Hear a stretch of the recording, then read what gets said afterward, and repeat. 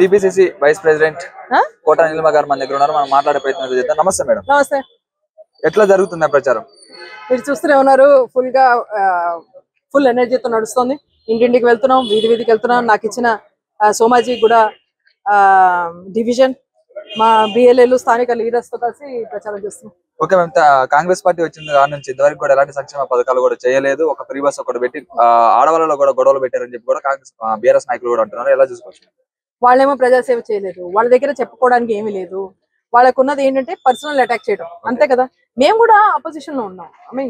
కాంగ్రెస్ కూడా అపోజిషన్ నుంచే పవర్ లోకి వచ్చింది. మేము ఎప్పుడు ఇలాంటి పనులు చేయలేదే.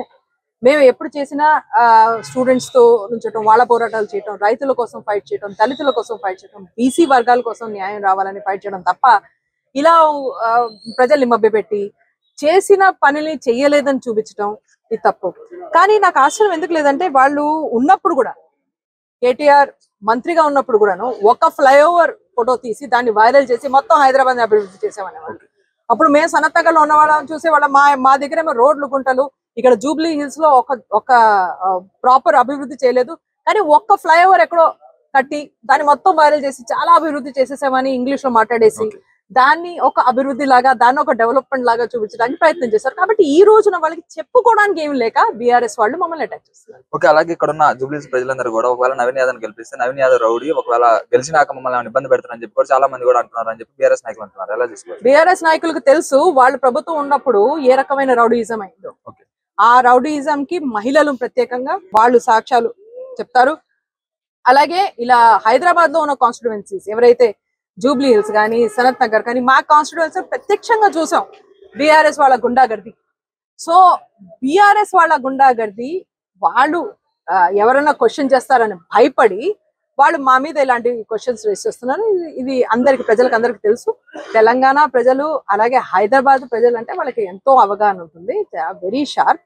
వాళ్ళు ఇలాంటి మాటల్లో they are not going to get. Okay, అలాగే చూసుకున్నట్లయితే కాంగ్రెస్ పార్టీ ఒకవేళ గెలిచినట్లయితే హైడ్రా తీసుకొస్తారు, మా ఇళ్ళని కూడా కూల్ చేస్తారు. ఒకవేళ జూబ్లీస్ లో కనుక కాంగ్రెస్ పార్టీ వస్తే మా ఇళ్ళని కూడా పోతాయని చెప్పి కూడా చాలా మంది కూడా భయపడుతున్నారు అంటున్నారు. ఇప్పుడే మనకి 2 నెలల క్రితం, 2 నెలలు కాదు యాక్చువల్లీ 4 నెలల నుంచి వర్షం బాగా చాలా విస్తృతంగా మొత్తం హైదరాబాద్ లో అలాగే తెలంగాణలో అన్ని చోట్ల అయింది. హైదరాబాద్ లో అయితే ఫ్లడ్స్ కూడా వచ్చాయి, మీ అందరికి కూడా తెలుసు. ఈసారి నష్టం తక్కువ అవడానికి కారణం హైడ్రా. ఈసారి ఇల్లు కూలిపోకుండా అలాగే ప్రాణ నష్టం గానీ సామాన్లు నష్టం గానీ అవ్వకుండా ఉండడం, ఆర్థికంగా ప్రజలకు అంత హిట్ అవ్వలేదు అంటే దానికి కారణం హైడ్రా. నాలాలు సాఫ్ చేయటం, వాటిని వైడెన్ చేయటం, అలాగే వాటిలోంచి చెత్త బయటికి తీసేసి అక్కడ నీరు సరిగా పోయేటట్టు చూసింది హైడ్రా. చుట్టుపక్కల ఉన్న ఇళ్ళు ఏవైతే కూలిపోయే ఆస్కారం ఉందో వాటన్నింటినీ ముందరే జాగ్రత్త పడింది హైడ్రా మూలంగా మనం. కాబట్టి ప్రజల్లో అవగాహన ఉంది. అదే చెప్తున్నా, హైదరాబాద్ ప్రజల్లో 100% అవగాహన ఉంది హైడ్రా ఎలా మనకి హెల్ప్ చేసిందో. ఈ దుష్ప్రచారం వీళ్ళు ఎంత చేసినా సరే వాస్తవాలు ప్రజలకి తెలుసు. అందుకనే వాళ్ళు ఈసారి ఖచ్చితంగా డెవలప్మెంట్ కోసం, అభివృద్ధి కోసం ఓట్ అయిపోతున్నారు. కాంగ్రెస్ ప్రభుత్వం అలాగే కాంగ్రెస్ పార్టీని గెలిపించబోతున్నారు. ఇంతకు ముందు చూసుకున్నట్లయితే కాంటోన్మెంట్ ఎన్నికల్లో కూడా కాంగ్రెస్ పార్టీ గెలవడం జరిగింది. ఒకవేళ అక్కడ ఏమైనా అభివృద్ధి జరిగినట్లయితే నేను రాజీనామా చేస్తాను అని చెప్పి కూడా తలసాని శ్రీనివాస్ యాదవ్ గారు కూడా అన్నారు. దీనిపై ఎలా చూసుకోవచ్చు? ఏం లేదు, ఇప్పుడు ఆయన రాజీనామా చేయాలి మరి కదా. ఎందుకంటే అభివృద్ధి కార్యక్రమాల గురించి అక్కడ కంటోన్మెంట్ ఎమ్మెల్యే మా మిత్రుడు శ్రీ గణేష్ గారు ప్రెస్ కాన్ఫరెన్స్ పెట్టి మరీ సాక్ష్యాధారాలతో పేపర్స్ తో అన్ని చూపించి మీడియా ముందర పెట్టి అభివృద్ధి పనులు ఎంత విస్తృతంగా ఎంత వైడ్ స్ప్రెడ్ గా అయినాయో చెప్పారు ఆయన. సో అభివృద్ధి పనులు కాకపోతే రిజైన్ చేస్తా అన్నారు శ్రీనివాస్ యాదవ్ గారు. మరి అభివృద్ధి పనులు అయినాయని మనం సాక్ష్యాలు ఇచ్చాం కదా, ఇప్పుడు రిజైన్ చేయాలి. ఇచ్చిన మాట నిలబెట్టుకోవాలి. ఒక లీడర్ అన్నప్పుడు ఇచ్చిన మాట నిలబెట్టుకోవాలి శ్రీనివాస్ గారు. ఇప్పుడు రిజైన్ చేస్తా అన్నప్పుడు వెంటనే రిజైన్ చేసి ఒక బై ఎలక్షన్ సనత్ నగర్ లో ఎదుర్కొని మళ్ళీ గెలవడానికి ప్రయత్నం చేయాలి. కానీ నా ఉద్దేశంలో ఆయన రిజైన్ చేయరు. ఆ నమ్మకం ఎందుకు లేదు అంటే మళ్ళీ గెలిచే ఆస్కారం లేదు. కాబట్టి ఒక లాస్ట్ టర్మ్ ఎమ్మెల్యేగా ఆయన ఉండబోతున్నారని నా వ్యూ. ఫైనల్ గా జూబ్లీస్ ప్రజలకు ఏం చెప్పదలుచుకున్నారు?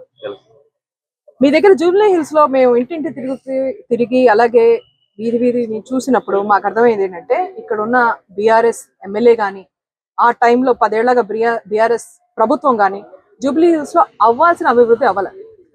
ఆ అభివృద్ధి ఇప్పుడు అయ్యే ఛాన్స్ ఉంది. అందుకనే ఖచ్చితంగా జూబ్లీ హిల్స్ ప్రజలు మీ అభివృద్ధి కోసం, మీ బిజినెసెస్ ముందరకెళ్ళాలి అంటే, మీ ఉంటున్న పరిస్థితులు బాగుపడాలి అంటే ఖచ్చితంగా కాంగ్రెస్ కి ఓట్ వేయాలి అండ్ నవీన్ యాదవ్ గారిని గెలిపించాలి. షేర్ చేయండి, లైక్ చేయండి, సబ్స్క్రైబ్ చేయండి.